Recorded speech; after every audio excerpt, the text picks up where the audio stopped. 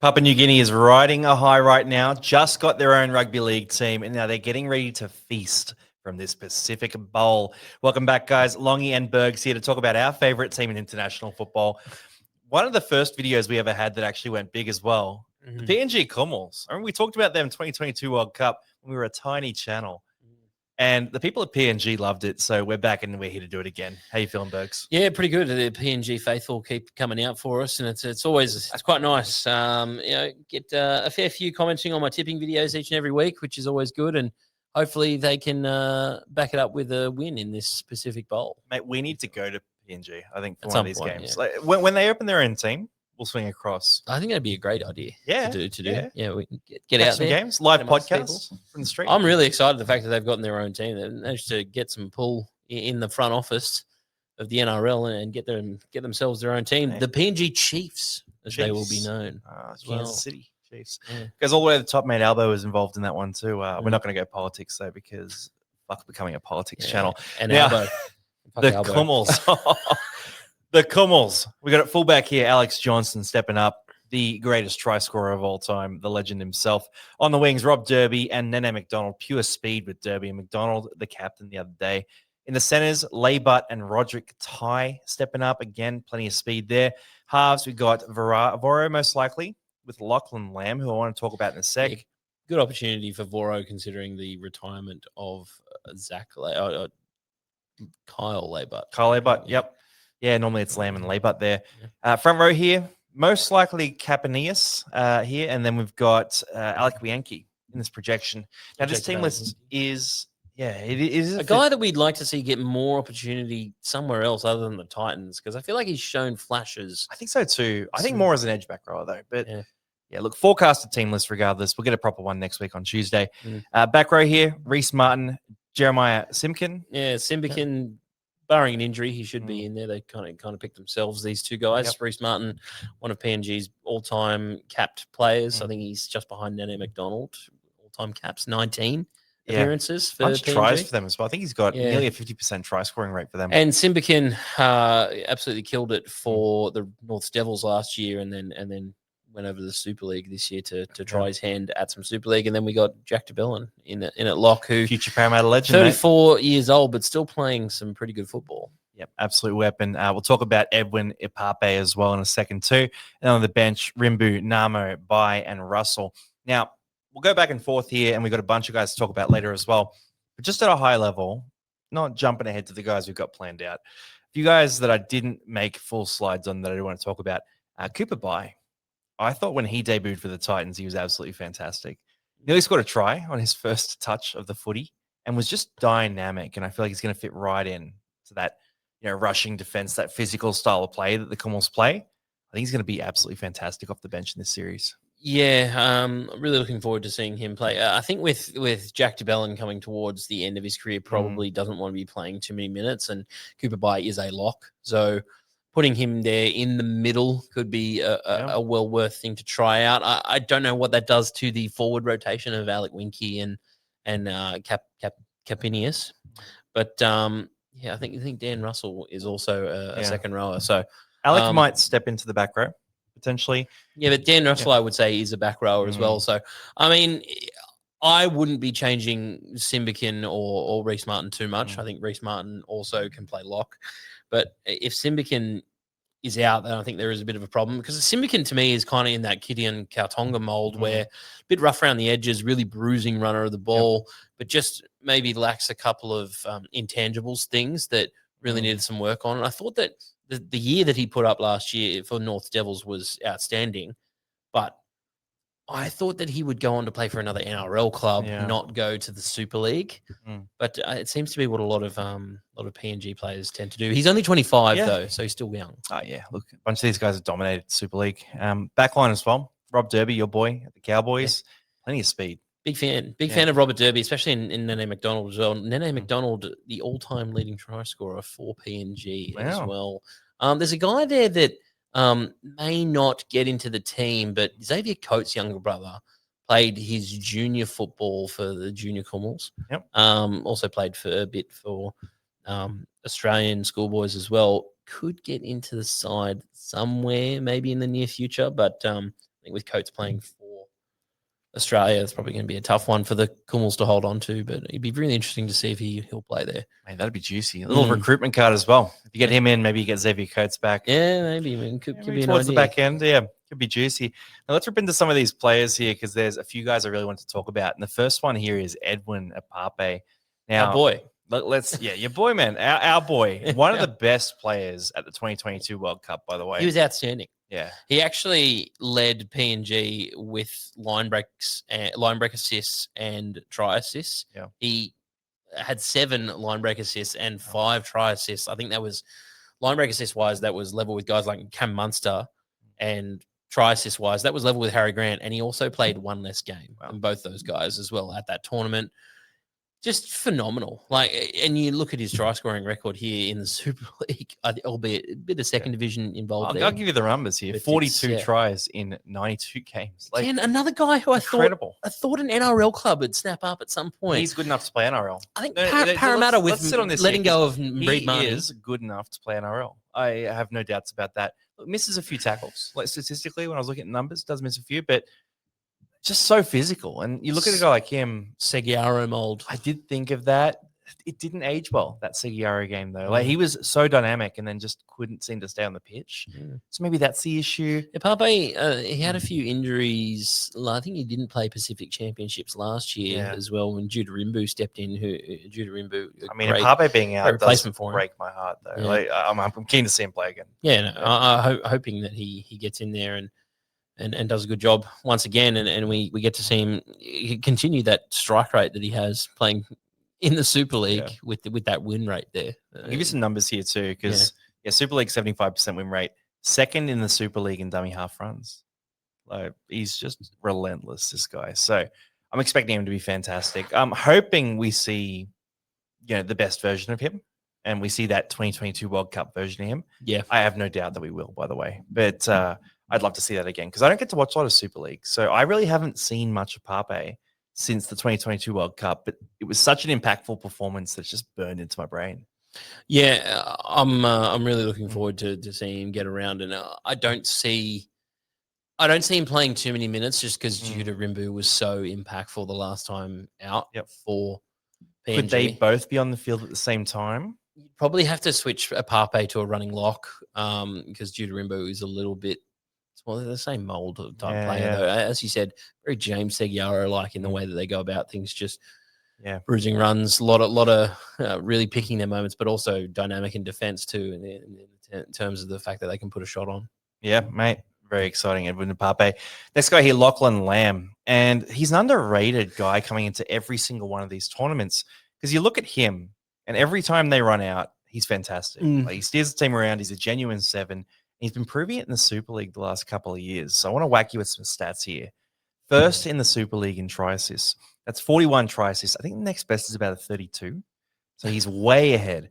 First in the Super League in 40-20s. And he's had 7 tries in 13 games for the Kumuls. So the guy has dominated in the Super League. He's dominated for the Kumuls. And I think he's going to be the player of the tournament when it comes to the Pacific Bowl. I just think there's no other way around it because you lose, like you said, Laybutt there. And the pressure's on Lachlan Lamb to step up here. And he's been showing over and over again that he can do that.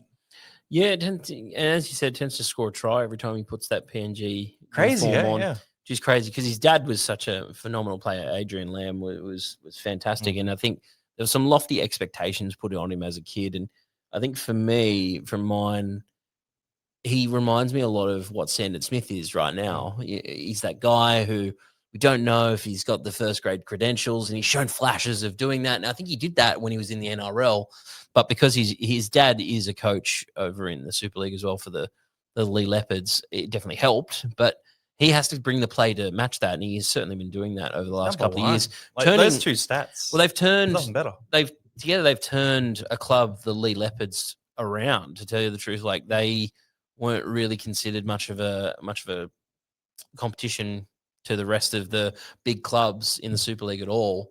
And now Lee are competing at a pretty high level. So I think it's a credit to him to be able to stick to that. But I also think that he's a guy who I think could be used by another NRL club again. I hate to bring that up again, but guys like Ipape, guys like Lachlan Lamb, who there's a lot of pretty bad halfbacks in the NRL right now. Like, I'm being dead serious. Like, the Titans just basically traded for Lachlan Ilias.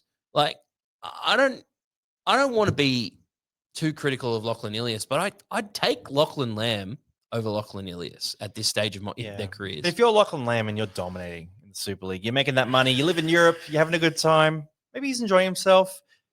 It's a lifestyle fit versus legacy fit. Yeah, I get. Look, coming back to the NRL is the biggest test, but look, he comes back here, and maybe this is the start of that, right? Because he comes back here and he has to verse. In the bowl, they should win their games. I'm backing them to win both their games, but then they make that final and they have to play against Tonga. Fiji. They're going to be playing Fiji. Yeah, right in that final. Unfortunately for the Cook Islands, I just don't think they have the team to do it. I think Fiji's team is actually quite good when you look at it on paper, but no kick out kind of hurts their chances. I think that when he knows that there's a World Cup around the corner, they'll be wanting to make a push, PNG, because they have been, I guess, surpassed by nations like Tonga, like Samoa, and I think PNG have kind of been put on the back foot a little bit. Now they've got this new NRL team to look forward to. Is Lachlan Lamb maybe eyeing that off as a potential landing spot for him in the future as well? Yeah, could be. But I just think that they're probably going to win this in a canter. He might also just be the halfback for the new PNG Rugby League team. Really, that's what I'm saying. Yeah, that would make sense. Like, I'm agreeing with you. Like, that would make sense. I don't know why I hadn't thought of that until now. Like, that actually makes so much sense. Yeah, I mean, he's young enough to be able to get him sorted out when they eventually join the competition in 2028. So if you plug him in here, though, like we look at this Kumuls team, Cook Islands have some good weapons on the edges. They got like Kelly Rose there. They got a few other guys as well. And then you've got Fiji, who are athletic, are physical. They're missing a few of their best players, but they're going to be good too. I still just think PNG is going to pick them apart. And I look at Lachie Lamb here, and you're feeding guys like Roderick Ty, you're feeding guys like Nene McDonald, Alex Johnson, the greatest try scorer ever, Robert Derby, speed machine. Like, you've got a bunch of guys there. Reece Martin is a very effective try scoring back rower. Like, you've mentioned Alex Johnston out the back. I said the greatest try scoring ever. Oh, did you? Oh, sorry. I preferred to ignore that. Right, where it's late at night now. We're at the back end of this session, but I just think Lachie Lamb's going to show out in this game, in this series. So I think he's going to be damn good, man. And then ripping through Alex Johnson. You asked me to mention him. I've put him in there as the champion of the people, Alex Johnson. 210 tries in the NRL. Second in NRL history. He's 2 behind the all-time try-scoring record. So when you look at the greatest rugby league competition in the world, he is the greatest try-scorer ever as of midway through next year. Right? Yet not the best try-scorer for PNG of all time. But I just think you get him in there. He's played a lot of fullback. He's played a lot of fullback for PNG. So, do you think he plays fullback in this series, or because I've put him in the fullback? Look, I thought Nene McDonald was outstanding at fullback for them. I think last year's Pacific Championship. So what should we do that? Agree. Nene McDonald was physical doing, ball runner. He was doing what it was about 180 meters a game, something like that. And some of the tries he scored, throwing guys. He grabbed a hat trick against Fiji. He's tough to tackle. Yeah. I'd be tempted to not have him on the at fullback and maybe put Nene back there and put Alex Johnson back on the wing. But I think they're pretty interchangeable at this point. I think Nene is probably getting up there in age too. So and not Alex Johnson too. He's not a spring chicken anymore either. But they got some young weapons as well. They got some reserve grade. I can't remember the name of the guy. He was the runner up for Queensland Cup Player of the Year or something like that. One of their fullbacks they have. Yeah, we're talking about. We've got to find the name, but look, when they name their team lists, we'll keep an eye out for them anyway. But they got a few young guys as well who are going to step in, probably get some minutes during this tournament, I would say. So we'll see how they go as well. But that's the Kumuls there. Look, my tip for them is I think they win this tournament, and I think they're going to rack up some pretty solid wins. My prediction is going to be that their games are high scoring, like really high scoring, and that they run away with second halves. So I'm going to say both games are like 20-16 at halftime kind of thing, and they win like 40-24 kind of vibes. Like I think that's there'll be big hits, slashing tries, and the odd mistake in there as well. I think for the Kumuls, but I'm big fans of the way they play. I think we both are. Yeah. I would. Man, I'm pumped. Love I'm to be able to Kumuls see them play. I think they're playing most of their games not in Australia, so unfortunately, and we go away for a little bit of this tournament as well. So they might make the final, because the final, right? Isn't it? It's the champion of the cup versus the champion of the bowl. Is it? I don't think it is. I'm pretty sure that's how it works. No, it's not how it works. We should really check that right now. What do you think it is? I'm pretty sure it's just the champion of the bowl versus the second place person in the bowl. I'm 99% sure this is what it is. Let's. Why would they do that? Why would they separate them into like 2 divisions and then make first division winner play the second division winner? I'm pretty sure that's what it is. Anyway, yeah, I don't know why they're not just all chucked into one tournament. Make it like a Six Nations. So like the rugby has 6 nations in Europe, and it's one of the most competitive rugby tournaments in the world, right? Yep. Why not make it like a Six Nations where these teams can because I would say that PNG playing Fiji and Cook Islands aren't getting any better playing that kind of competition. Whereas I feel like if they were to play New Zealand, Tonga, Samoa, PNG are one of those teams that generally play up to their competition a little bit and can maybe jag a win, out of some more fragile teams as well. Because they play the game fearlessly, PNG, and they can probably scare you into getting a win, into losing your marbles. When Fiji have Api Coruscant in there, really have a kick out of these guys, they're a massive threat. Yeah, because Coruscant often lines up at 7 for them as well. But for PNG, give me your thoughts here, because you've got a few older guys like Nene McDonald, Alex Johnson, Reece Martin. Yeah, Reece Martins. And these are some of their best players, right? So when those guys go out, I mean, are you seeing anyone that you're sort of liking the look of, to not even at the same positions, but to sort of take the mantle of being leaders in that side? Zach Labour. And I'll tell you why. Because, no, it's not because he's a Cowboy, but because his brother was such a big part of leading not only PNG through this kind of current period. He retired in January, but the dedication and the effort that he put into wanting to play for PNG as well, because they could easily not do it. And I think Zach's probably learned that from his brother. Yep. And even though he plays center, it's probably a lesser known position, and probably culturally wise, you probably wouldn't think that he'd be the guy to kind of step up. But I genuinely think that Zach, if he stays fit and healthy and stays prominent enough in the Cowboys, kind of ranks, he could be the next leader for PNG. He's kind of like his brother was. Yeah, I don't mind that. It's a bit of physicality, a bit more experience, and he can step into that role. Man, PNG, we're both going 2-0, right? Yeah. High scoring games, PNG Rugby League, always some of the best. So, guys, check it out. Make sure you watch the Pacific Champs. Let us know in the comments your predictions for these games too. Bergs, thanks a lot. We're a bit late now. Also, I think I did get the finals thing wrong. It's a bit late. We've had a long day. I'm on the ball. So Sort of. Tonga's going to win it all, and PNG will win this one. I like that. And then they'll play each other. I like in a friendly. I like that we're cheering for the same team in the bowl, because we're so against each other in the cup. Yeah. I could be more against you. I hate you. I'll be wearing color-coded shirts next week, I assume. Yeah, blue and red. Yep. Need to buy a blue shirt. Done deal. I think, actually. All right. Cheers, Bergs. Cheers, everyone. Peace out. Thank you for jumping on. We love you.